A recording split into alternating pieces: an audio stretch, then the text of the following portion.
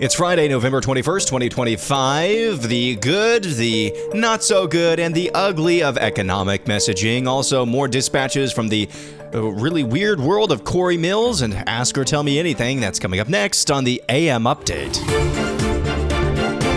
Thanks again for listening this week on the AM Update. Appreciate each and every one of you for making it through yet another week with me. A couple of quick housekeeping orders or items. If you think about it, would you give me a 5-star review on the podcast platform of your choice? For most of you, that's going to be iTunes or Spotify. Those really help me, and I appreciate anybody who would be willing to do such things. Also, coming up into the next month and a half, I was counting up the number of shows I have done on the AM Update. It actually outpaces by a fair amount the number of shows that I've done for my day job. So coming up middle of next month or so, I'm going to be stepping back just a little bit from the AM Update. More details on that as we get closer. So just as we head into the Christmas and Thanksgiving holidays, wanted to give you an early heads up on that. Let's get to a Friday 5-pack, shall we? Let's get to the good, the okay, and the ugly of economic messaging coming out of the White House this week. Why am I focusing so much on economic messaging? Because that's really the only thing that they have, and that's the only issue out in the real, not online, chronically online world. That's the only issue I believe that matters right now, and I believe the White House, as I articulated earlier this week on a number of issues, but particularly economic messaging, they are fumbling big time on some fronts. Let's go to Caroline Leavitt, White House press secretary. Here she is at the White House yesterday. President Trump's entire economic agenda is aimed at putting more money back into the pockets of hardworking Americans. That's why he signed the largest middle tax cuts in history into law, from no tax on overtime, no tax on tips, to no tax on Social Security. And according to a new study from Piper Sandler, which is out this week, tax filers can expect an extra $1,000 bump to their tax refund next year, and what could be a record-breaking tax refund season. So that is some good from Caroline Leavitt there. Again, putting forth concrete ideas, concrete steps, and some concrete benchmarks that people can expect and just measure, hey, is what they promised actually living up to expectations? Even if it's not at the moment, there are some benchmarks in time, in the future, that people can actually make those decisions for themselves. Vice President J.D. Vance was at the Breitbart confab the other day and had these words to say about the economy as well. My message to the American people who are still feeling like things are unaffordable, who are still feeling like things are rough out there is look, we get it, and we hear you, and we know that there's a lot of work to do. There's a lot of wood to chop because the Biden administration put us in such a very, very tough spot. And the way that I think about this is it's always helpful to take this from the abstractions to the actual real things that people are worried about. So take, for example, a dozen eggs. I'll never forget this. It was one of the very first, maybe the single first press conference that the president had done since he had started his second term. And some reporter, probably from ABC, yells at him and says, "What have you done about the price of eggs? The price of eggs are up 300% over the past 3 years." And it's like, it was January the 23rd. It's like, what do you mean, what have we done in 2 days? It's going to take a little bit of time to fix that problem. And so if you're an American who's just struggling to get by, you work hard, you pay your taxes, you want your kids to have good opportunities, and the price of eggs goes from $2 a dozen to $8 a dozen under the Biden administration, and then under the Trump administration, it goes from $8 a dozen to maybe $6.50 a dozen. Well, to you, that is still a major problem. And even though we've made incredible progress, we understand that there's a lot more work to do. And the thing that I'd ask for the American people is a little bit of patience. So there's J.D. Vance. He goes into asking for a little bit more patience, how the Biden administration had 4 years to dig the hole, how they've had about 10 months to climb back out, and also focused in on the Trump administration's goal of reshoring American jobs. That is pretty good messaging. Again, I always appreciate the concrete, hey, look at this. The price of eggs have come back down. It's not good enough, and we understand you. You have to be patient, or you have to be careful, I should say, with the ask for patience. That's not a bad thing either. You know, you're being real with people, but you do have to be you do have to be careful with that. You can only ask for patience for so long with the fickle American public, and in this instance, it's counter-signaling President Trump, because Trump has said on numerous occasions it's the golden age of America. Things are booming.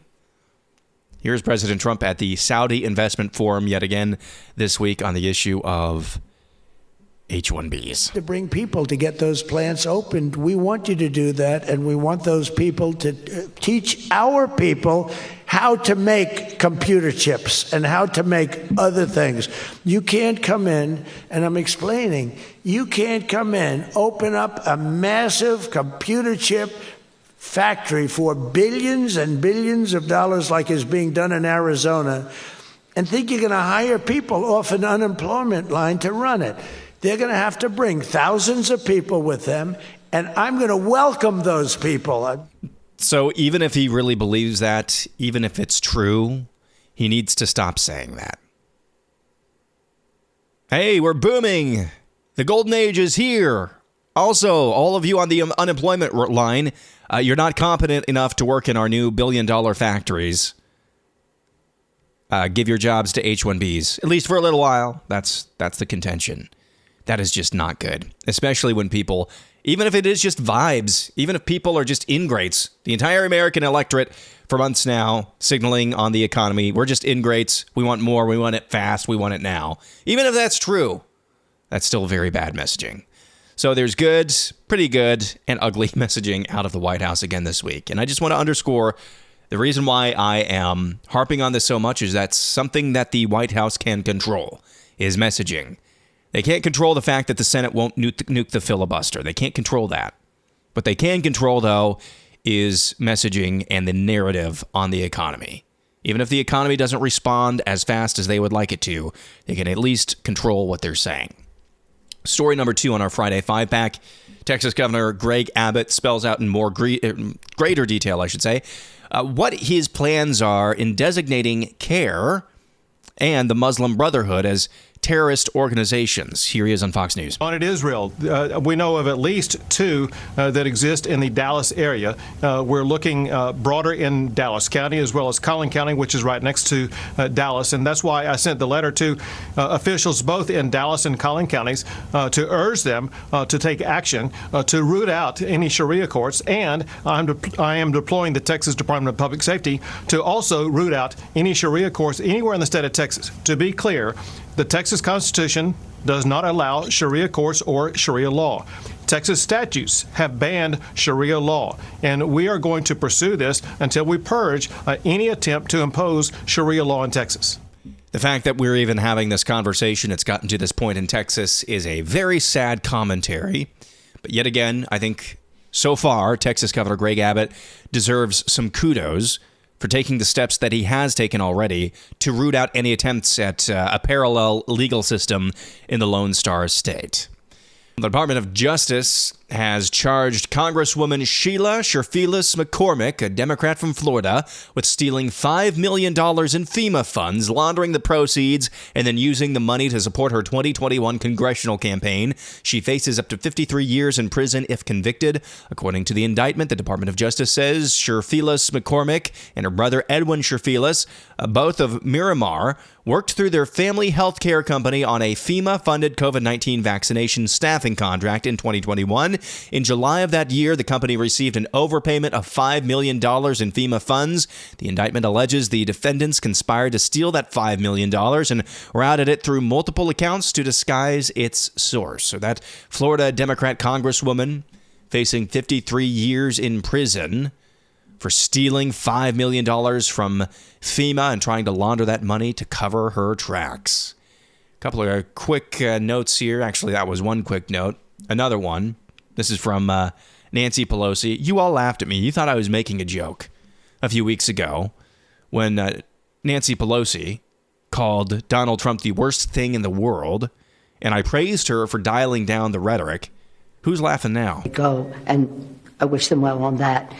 One of the things you said recently in an interview, you said that President Trump was a vile creature, the worst thing on the face of the earth. Do you think he's different now than he was in his first term in terms of his abilities, his leadership? By the way, I said that as a euphemism. I could have done much worse. Exactly. That's what I was saying. She was dialing back the rhetoric when she called Donald Trump the worst thing on the face of the planet. And she agrees with me. She says, I could have done much worse.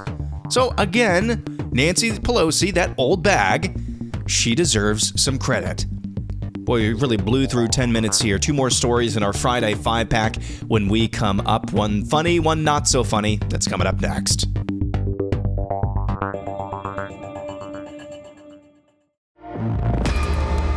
More in the ballads of notorious Congressman Cory Mills. This is from independent journalist Roger Sollenberger. Headline at his Substack, Sex Workers and a Secret Charity, the story of Cory Mills' bleeping bananas Afghanistan mission. Roger Sollenberger, this independent journalist, writes on his Substack about Cory Mills and that now famous trip he made to help extract Americans, quote unquote, left behind by the Biden administration during the botched pullout from Afghanistan. Mills and his special forces compadres got together, arranged a trip to extract certain Americans who were left behind by the Biden administration. They were rerouted to Tbilisi, Georgia, as in the country of Georgia. They had planned to go directly into Afghanistan, this Roger Sollenberger details. Instead, they were rerouted to Georgia. They had to stay in Georgia for a while. And, of course, on a covert mission like that, you are going outside. This is not in your official service capacity as a veteran or as a member of Congress. You're doing this solely as a private citizen. You have no government really backing you or approving of your plan. This is Cory Mills and his group of, I think, ex-Special Forces individuals. You're just doing this by yourself. You're just doing it by yourself. This mission to Afghanistan to extract those left behind by Joe Biden. So they're in Georgia, and instead of laying low, minding their manners, minding their P's and Q's, watching every breath that they take, because you know that they're being watched by other governments, especially Cory Mills, a sitting member of Congress. Allegedly, Cory Mills hired prostitutes every night that they were holed up in Tbilisi, Georgia.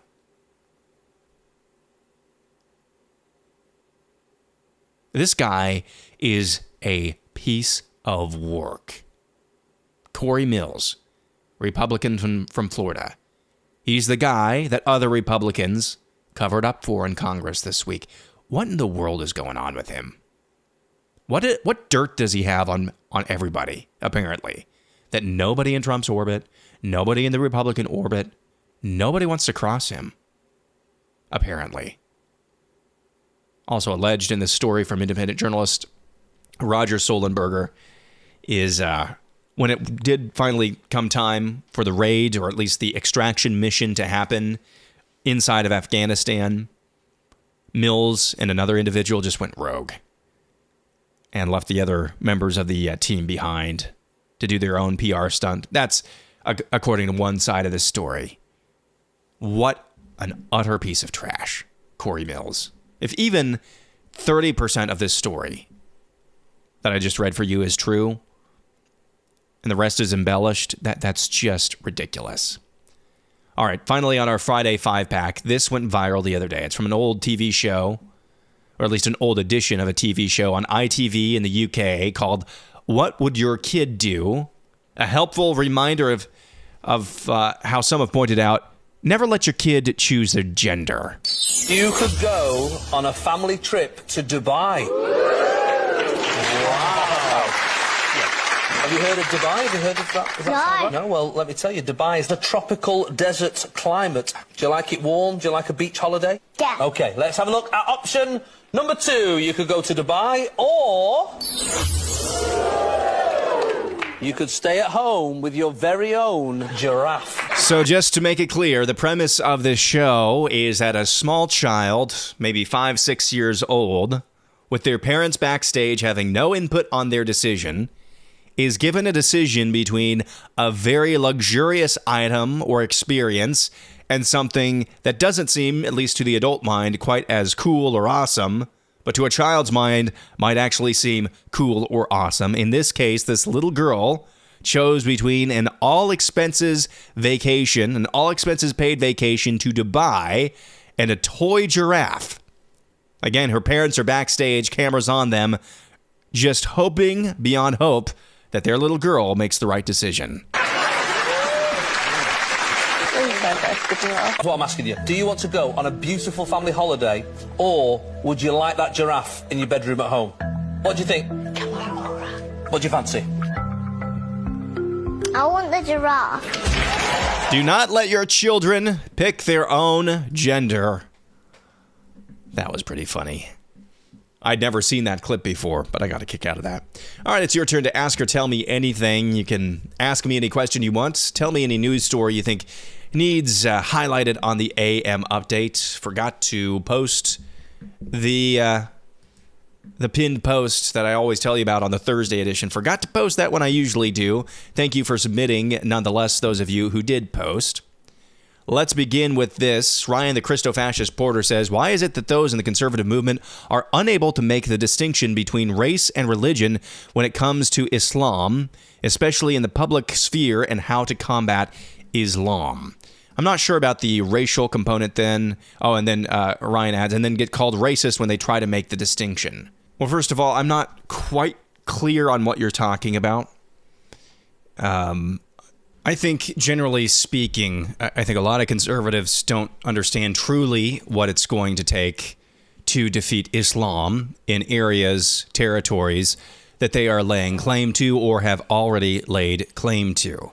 What Greg Abbott is doing in Texas is both righteous and achievable because the not left America, right-wing America, still has hegemony culturally and politically in a state like that. So honestly, what Greg Abbott is doing is the bare minimum, but it's good that he's doing it nonetheless, dismantling a parallel legal system.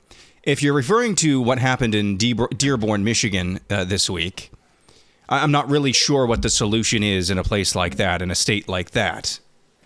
Now, what I do know is that somebody like Jake Lang, who I'm convinced is some sort of federal informant, operative, or complete and total retard, I got pitched while the J6ers were still in prison. I got pitched somebody who is trying to start a television network, one of the J6 prisoners, trying to start a television network from prison. He had apparently written a book or something from prison. And that dude, smacking, just trying to be as inflammatory as possible. What are you trying to accomplish? What are you trying to achieve?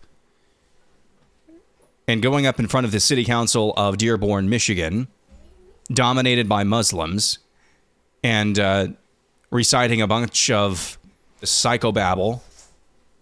I just don't understand. Like, what are you trying to accomplish there? Like, what is your achievable thing?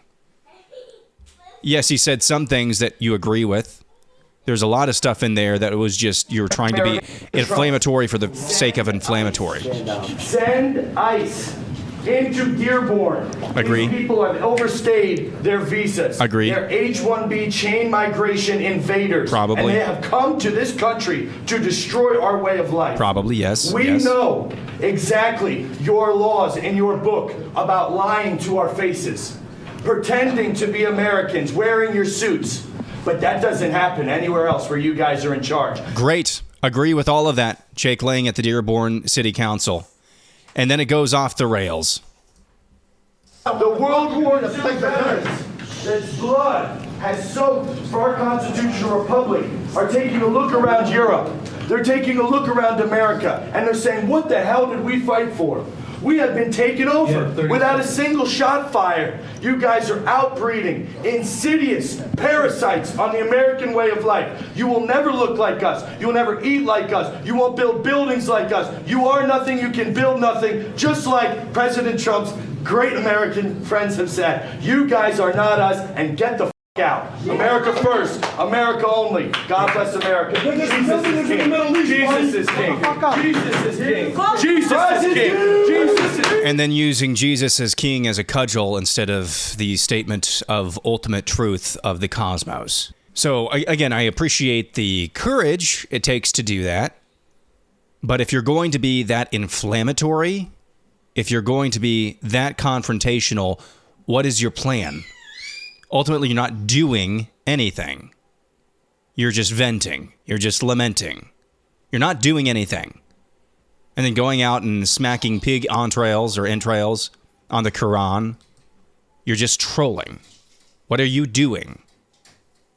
Nothing. And it makes us all feel really good. Oh, yeah, he really stuck it to the Islamists. But what are you actually doing? Nothing. That's the answer. Nothing. So, unless I'm missing something about what he is trying to accomplish, Jake Lang in Dearborn, I'm not really sure. That's not a tactic. I didn't see any tactic there. I think the best thing that maybe he could have done and is just gotten up and said, your days are numbered. You should probably start packing your bags because ICE is coming. Have a nice day. Because there's nothing you can do in a state like Michigan. Not to my knowledge. At least not right now. Let's go to this. Judd says, Jesus said the gospel would be preached in all the world before the end came. Paul said that the gospel had already gone to the whole earth and all nations. Was Paul mistaken?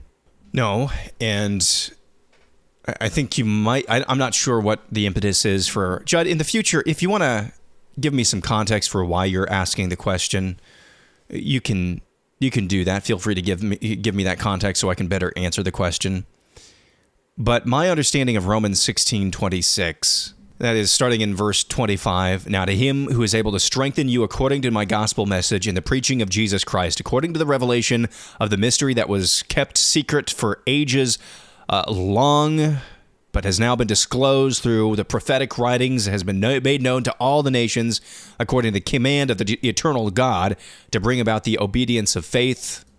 And then that's the doxology. So you're focusing in on Romans 16:26. My understanding of that verse, I should say, is that yes, it's gone out to all the nations, but this is in the context of God's will. It has gone out into all the nations. That doesn't necessarily mean that all of the nations are here or all of the nations have heard the message. That doesn't necessarily mean that. So my understanding of this verse, think of it in this sort of analogy. I am running a race around the globe. I have gone out to run the race in all the nations. Have I reached all the nations yet? No. Paul is talking about the fulfillment of God's command, the fulfillment of God's prophetic work in our lives, in the world that he created. Not that it has reached its totality quite yet. That's my understanding of that verse. Let's go to this one. A couple more here. Country Squire says, a blessed Thanksgiving to you, your family, and listeners. Thanks to the Lord, for he is good. His love endures forever. Amen. Psalm 107:1. James says, do you think the average person actually understands the difference between a political party and a coalition, or is that nuance completely lost in our current political climate? I don't know. I'm starting to think the answer to that question is no. I wish we lived in a day and age where we could have just a perfect political party. Everybody's on the same page all the time. We have our disagreements, we hash them out, and we move on because the greater good is that we're actually moving towards the opposite vision, or a better vision, I should say, than the other political party. And ideally, the other political party, we're doing the same thing. We're moving towards a better vision. We all agree on what the definition of the word good is. Well, what is the root word of good? God. And when one party outright rejects God, they are overtly bad. And so they are looking for the worst vision of the country possible. And so we're left on the other side, not only trying to put forth a better vision, but trying to save us from the brink that the other side wants to take us to. Really fun. Super happy fun times. Unfortunately, there are too many people who are more identified with what they're not than what they are for. And that's what the problem is in right America right now. You'll notice I've stopped using the word conservative, especially on this podcast, because I don't think conservatives have conserved anything. I don't even know what it means anymore. So I'm referring to the not left America as right-wing America. And that's a hodgepodge of people with varying visions, varying degrees of fealty, varying degrees of actual, loyalty to a set of principles, if they have any whatsoever. Most of the people, I would say, in right-wing America are just opposed and don't like and find it icky what the left is trying to do. We're nowhere close to a united vision of a better America. That's a problem. It's just a problem. Light the Dark California asks, would we have ended up in the same place even without Obama because of the iPhone, social media, and algorithm-driven content? Once everyone stopped sharing a common culture, I think that's a really good point. That's a really smart observation. I don't think we would be nearly as far down the road as we are without Obama. He leveraged all of those things that you just talked about. He leveraged them to try to remake the Democrat Party and America in his own image. Prior to Obama, was it like we had racial issues? I'm sure here and there were. But it was Obama who stopped colorblindness. He stopped it dead in its tracks. He brought back race baiting. He gave it a national platform. And that's one of the major reasons why we are in the position that we're in right now. What Christmas song would you like to see redone, and by what musical group? I don't know. Okay. "O Come All Ye Faithful" is my favorite Christmas hymn. Pentatonix has already done it, though. I was going to say Pentatonix. I didn't think they had actually done it. Maybe I need to listen to that. There have been all of my favorite Christmas songs are the old carols, hymns, whatever you want to call it. And so they've been done a number of times. So this is a really difficult question for me to answer. So let's go with a newer one. Amy Grant, her version, I think it's actually sung, the studio version is sung by Carrie Underwood. But I heard it first sung live by Amy Grant with, I think it was Michael W. Smith. It's a Christmas song called All Is Well. And I think if that was nothing against Carrie Underwood, but I think Amy Grant, I know Amy Grant has some skeletons in the closet. Actually, they're not. The skeletons came out of the closet. If I'm remembering, if she got some weird LGBT stuff, but she and Michael W. Smith live were tremendous for the Christmas shows. I don't know if they still do them anymore. They did them for a number of years, but that was tremendous. So any maybe up and coming female singer, I would love to hear another rendition, maybe a reimagined version of All Is Well. I hope all is well with you at the end of this week. That's going to do it for this week of programming on the AM Update. Again, thank you for each and every one of you listening. Back again with regular order on Monday.